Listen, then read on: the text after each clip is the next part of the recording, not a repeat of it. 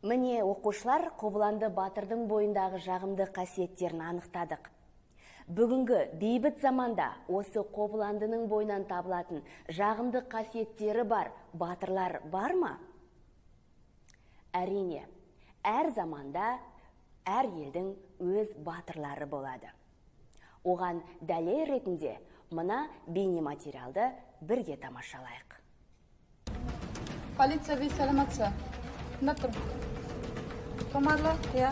4 баланың суға кетіп өтісті, тезет бригада жібере қоясыздар ма? Хорошо. Жақын жерде участковыйды жібереміз қазір.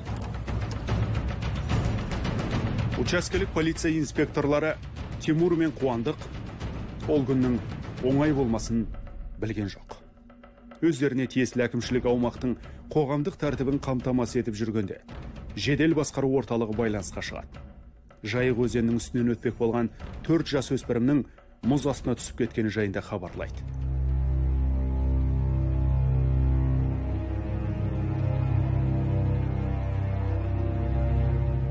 Ол кезде сағат тілі 19:40-ның маңайында болатын. Яғни ымырт жабылып, қас қарайған кез. Дереу сол хабарламаны қабылдап, Жайық жағалауындағы бағыт алдық.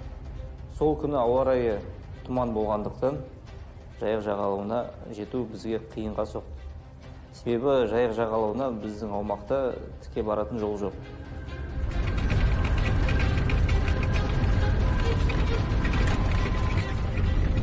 Мұз жарылып суға түсіп кеттік деген ақпаратты жасөспірімдердің біреуі хабарлап үлгерген, бірақ нақты қай жерде екенін айта алмаған. Томарлы кентінің маңында деп жобалаған. Сондықтан да оларды табу оңайға соқпады.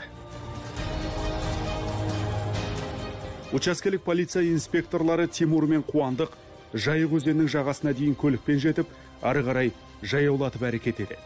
Көмек сұраған дауыс бойынша бағдарды анықтауға тырысады.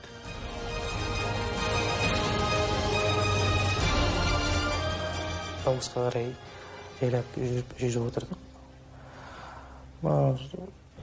Дауыс бір анық естілген тұсқа келіп, автокөлікті қойып, мұздың үстіне екеуміз жаяу түсіп жүре берді. Мана қолымыздағы ұялы телефонның жарығымен. Енді көріп алдымызда немізді көріп ешқандай мүмкіншілік болған жоқ. Сол дауысқа қарай жүріп өттік. Сол Жайық өзенінің ортасынан шамалы бір асқанда уақытта суға батып атқан бір 2 баланы көрдік.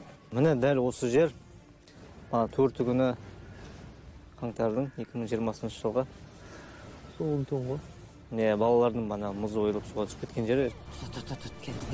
Екінші бала қайда? Аға, мүмкін кету мүмкін бәрі. Кеміндегі жақындашы кел. Шығарым. Осы жерде біздер және осы суға батып атқан баладан басқа ешқандай адам болған жоқ. Біз өмірімізді қатерге тігіп, балаларды құтқаруға тырыстық. Міне, елінің тыныштығын күзетіп, ел алдындағы міндетін адал атқарып жүрген батыр. Бұдан бөлек, бүгінгі бейбіт заманда да батырларымыз жеткілікті. Солардың бірі халық қаһарманы Азамат Жұмаділов. Ол өртке оранған бір отбасын аман алып қалып, елінің тыныштығын, амандығын ойлаған қазақ батыры. Осыған дәлел ретінде мына сөздеріне назар аударайық. Мен отан алдында ант берген әскери адаммын. Қандай болмасын отаныма, еліме, елімнің әр азаматына қауіп қатер төнсе, қасық қаным қалғанша қорғауға міндеттімін. Ел тәуелсіздігін сақтауда тек әскерилер ғана емес, халық болып жұмылу міндет. Оқушылар, ары қарай Қобыланды батыр мен бүгінгі бейбіт замандағы батырлардың ұқсастығын мына қос диаграммаға